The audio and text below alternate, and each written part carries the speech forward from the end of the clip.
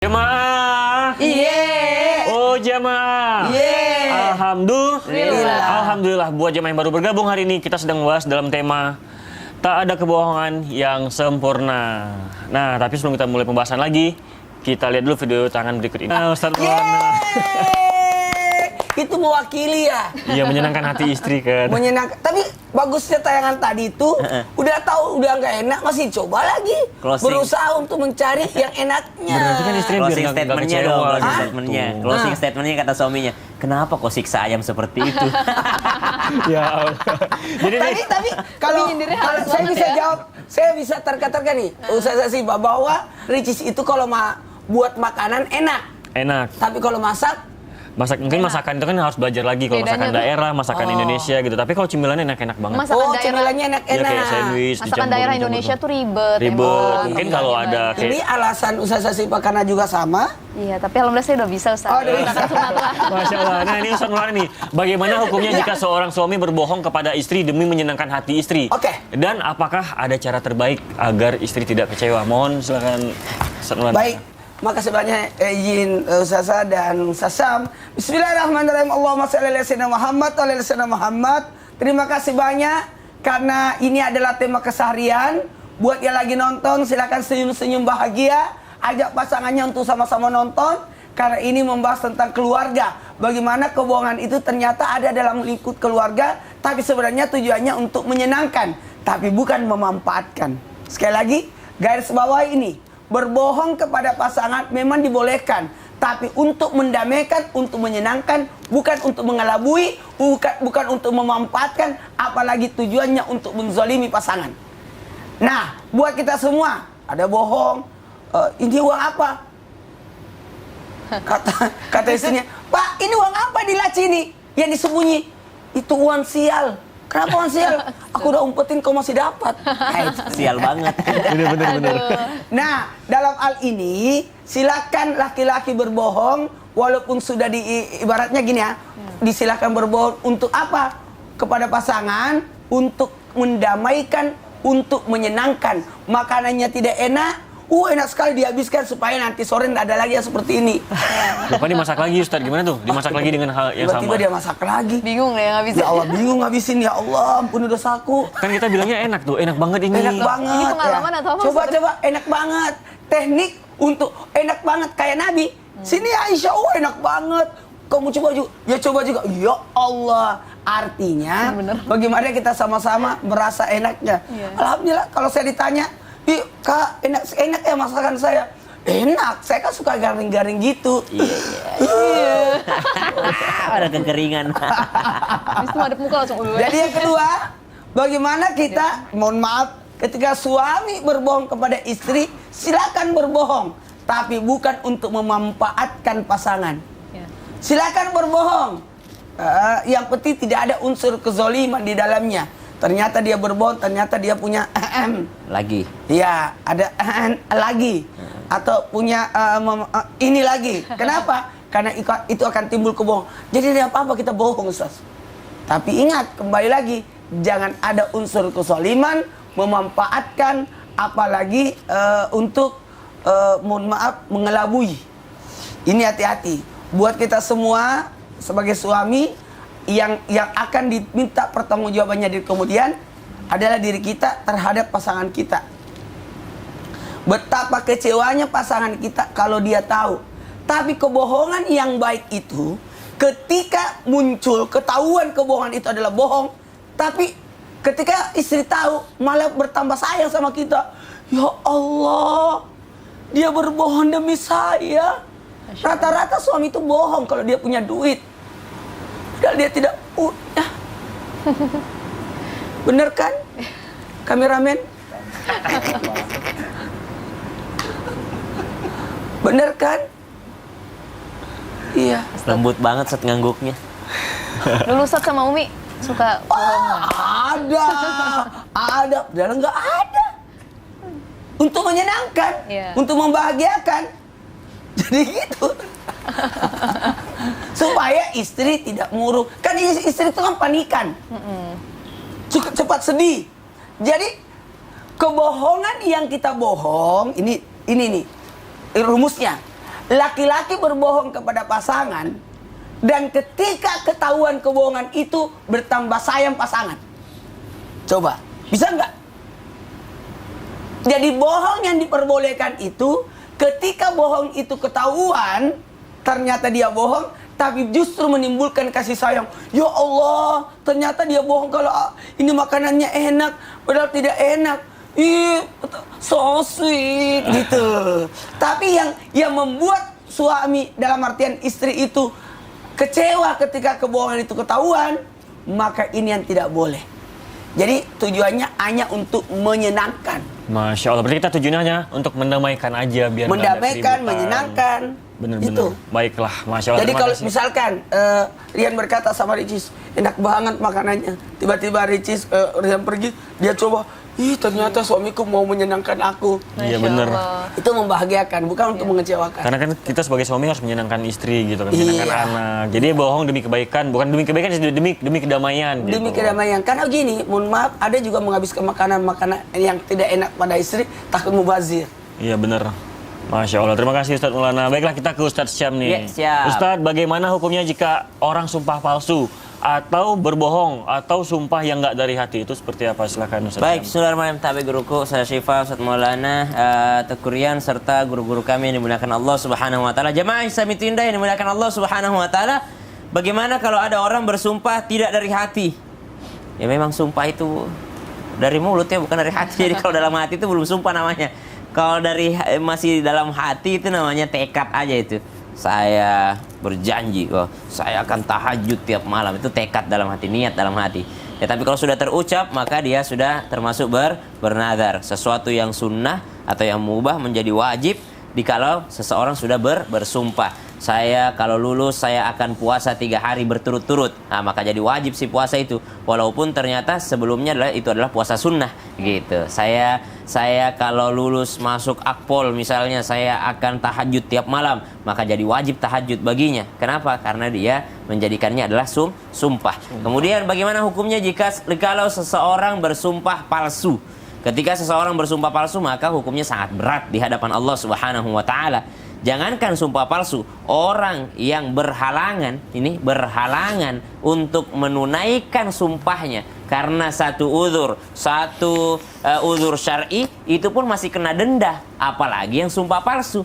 Orang yang berhalangan dengan alasan yang syar'i, misal dia mau sebenarnya dia bersedekah 100 juta, tiba-tiba setelah dia bernadar mau sedekah 100 juta, dia tiba-tiba kehilangan uangnya atau tidak punya 100 juta lagi, maka dia tetap wajib untuk membayar denda tersebut dengan cara apa? 1, dengan membebaskan budak. 2, puasa 3 hari ya berturut-turut, atau memberikan makan 10 orang miskin, atau pakaian kepada 10 orang miskin. Ini adalah denda bagi orang yang tidak mampu untuk membayar daripada sumpahnya tadi. Nah, ini tidak mampu membayarnya karena alasan syar'i loh. Misal dia sakit, atau dia misalnya ada halangan, sibuk mungkin. Dia berjanji, saya kalau lulus misalnya Akmil ya, Akademi Militer, saya akan puasa tahun ini. Ternyata tahun tersebut adalah tahun tersibuknya, tahun terberat bagi dia, atau bulan tersebut adalah bulan terberat bagi dia, maka dia akan membayar di bulan depannya. Oh, tentu tidak. Dia harus membayar kafarat sumpahnya atau denda daripada sumpahnya dengan cara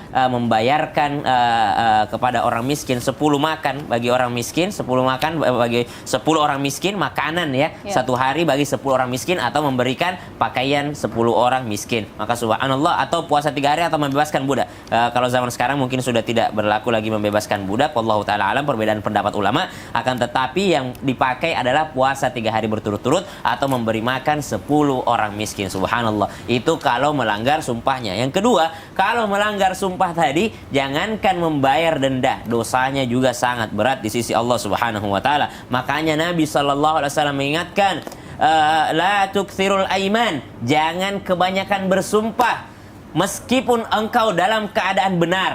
Wah, ini beneran nih, jualan nih dia. Jualan memang benar, mangganya manis, tapi ndak usah pakai demi Allah ya. Demi Allah ini mangga saya manis, demi Allah. Apalagi kalau sudah ya udah pakai demi Rasulullah, padahal demi Rasulullah itu tidak boleh dipakai.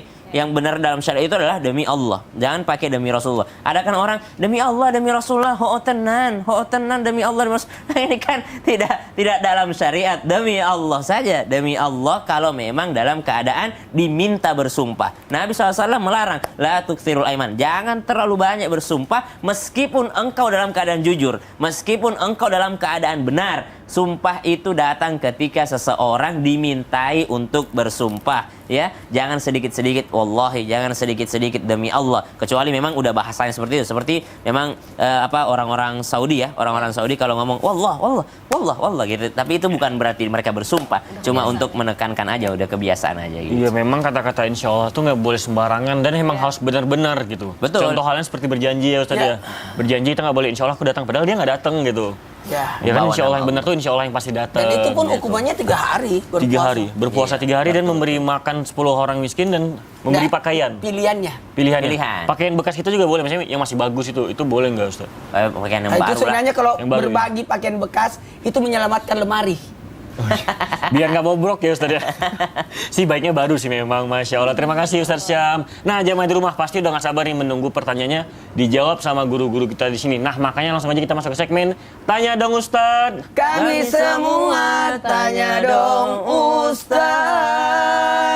Baiklah, pertanyaan pertama dari Instagram hamba Allah. Assalamualaikum Ustaz, saya ingin bertanya, apakah dosa jika kita mempercayai orang yang tidak baik, namun di balik itu dia suka berbohong? Apalagi jika orangnya baru kenal dengan kita. Terus apa yang harus saya lakukan Ustaz? Mohon penjelasannya Ustaz Syam, silakan. Baik, bismillahirrahmanirrahim. Orang yang terlihat baik namun ternyata dia suka berbohong, kita kenal dengan dia, apa yang harus kita lakukan? Maka berhati-hatilah dalam bersahabat dengan orang lain.